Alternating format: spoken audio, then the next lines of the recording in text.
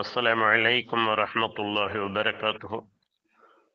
அளவற்ற அருளாளனும் நகரற்ற அன்புடையனுமாகிய அல்லாஹுவின் திருப்பெயரால் துவங்குகின்றேன்.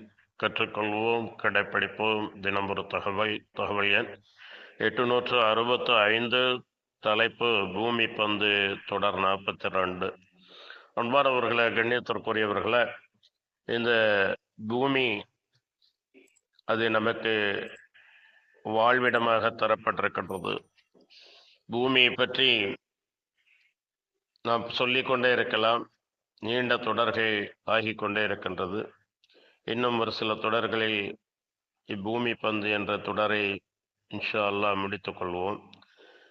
அல்லாஹ் கூறுகின்ற, லில்லதீன ஸ்தஜாபு லிரப்பிஹிமுல் ஹுஸ்னா வல்லதீன லம் யஸ்தஜீபு லஹு லவ் அன்ன லஹும் மா ஃபில் அர்தி ஜமீஅன் மிஸ்லஹு மஅஹு லஃப்ததவ் பிஹி உலைக லஹும் சூஉல் ஹிசாப் வமஅவாஹும் ஜஹன்னம் வபிஇஸல் மிஹாத்.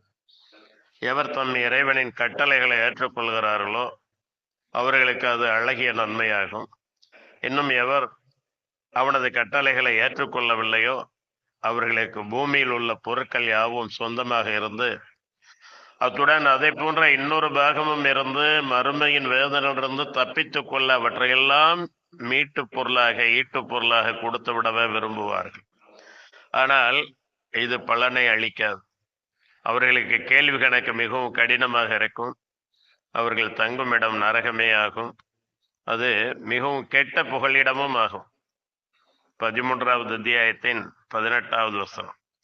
அன்பானவர்களே, கண்ணியத்திற்குரியவர்களே, அல்லாஹ் சுப்ஹானஹு வ தஆலாவின் கட்டளையை ஏற்று நடக்கக்கூடியவர்களாக, அவனுக்கு உகந்த நல்ல அடியார்களாக, அடிமைகளாக நாம் திகழ வேண்டும்.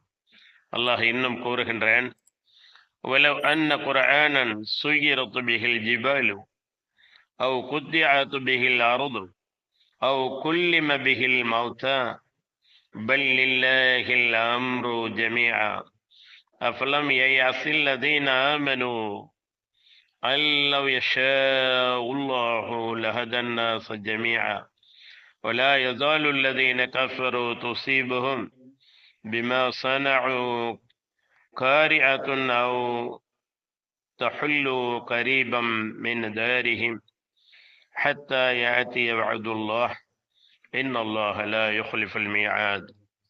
நிச்சயமாக குர்ஆன் அதனை கொண்டு மலைகளை நகரும்படி செய்தாலும், அல்லது அதனை கொண்டு பூமியை துண்டு துண்டாக்கினாலும், அல்லது அதனை கொண்டு இறந்தவர்கள் பேசும்படி செய்யப்பட்டாலும் நிராகரிப்பவர்கள் காவிர்கள் விசுவாசம் கொள்ளவே மாட்டார்கள். ஆயினும் எல்லா காரியங்களும் அல்லாஹுக்கே உரியன. ஆகவே அல்லாஹ் நாடி இருந்தால் மனிதர்கள் அனைவருக்கும் நேர்வழி காட்டியிருப்பான் என்பதை நம்பிக்கை கொண்டவர்கள் அறியவில்லையா? நிராகரிப்போரை அவர்கள் செய்து கொண்டிருக்கும் தீச்செயல்கள் காரணமாக ஏதேனும் ஒரு கேடு வந்தடைந்து கொண்டே இருக்கும். அல்லது அவர்களுடைய இருப்பிடங்களுக்கு சமீபமாக வேணும் அக்கேடு சம்பவித்து அல்லாஹுவின் வாக்குறுதி நிறைவேறியே தீரும்.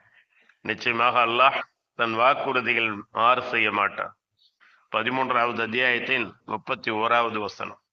அன்பானவர்களே, கண்ணியத்திற்குரியவர்களே, குர்ஆன் நெடுகிலும் அல்லாஹ் நமக்கு அச்சமூட்டி எச்சரிக்கை செய்து கொண்டே இருக்கின்றான். அவனுடைய அச்சமூட்டி எச்சரிக்கை செய்யக்கூடிய அந்த எச்சரிக்கையை பயந்து வாழக்கூடியவர்களாக நாம் இருக்க வேண்டும். ஏனென்றால் நம்மை வாழ்விப்பவன் அவன்தான், நம்மை மகிழ்விப்பவன் அவன்தான், நம்மை அழச் செய்பவன் அவன்தான். அல்லாஹ் கூறுகின்றான், வல் அர்த மதத்னாஹா வ அல்கைனா ஃபீஹா ரவாசிய வ அம்பத்னா ஃபீஹா மின் குல்லி ஷைஇன் மௌசூன். பூமியை நாம் விரித்து அதில் உறுதியான அசைய மலைகளை நிலைப்படுத்தினோம்.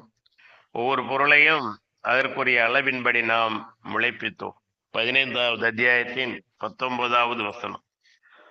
அன்பானவர்களே, கண்ணியத்திற்குரியவர்களே, இன்னும் அல்லாஹ் கூறுகின்றான், நாம் வானங்களையும் பூமியையும் இவை இரண்டுக்கும் இடையே உள்ளவற்றையும் உண்மையை கொண்டே அல்லாது படைக்கவில்லை.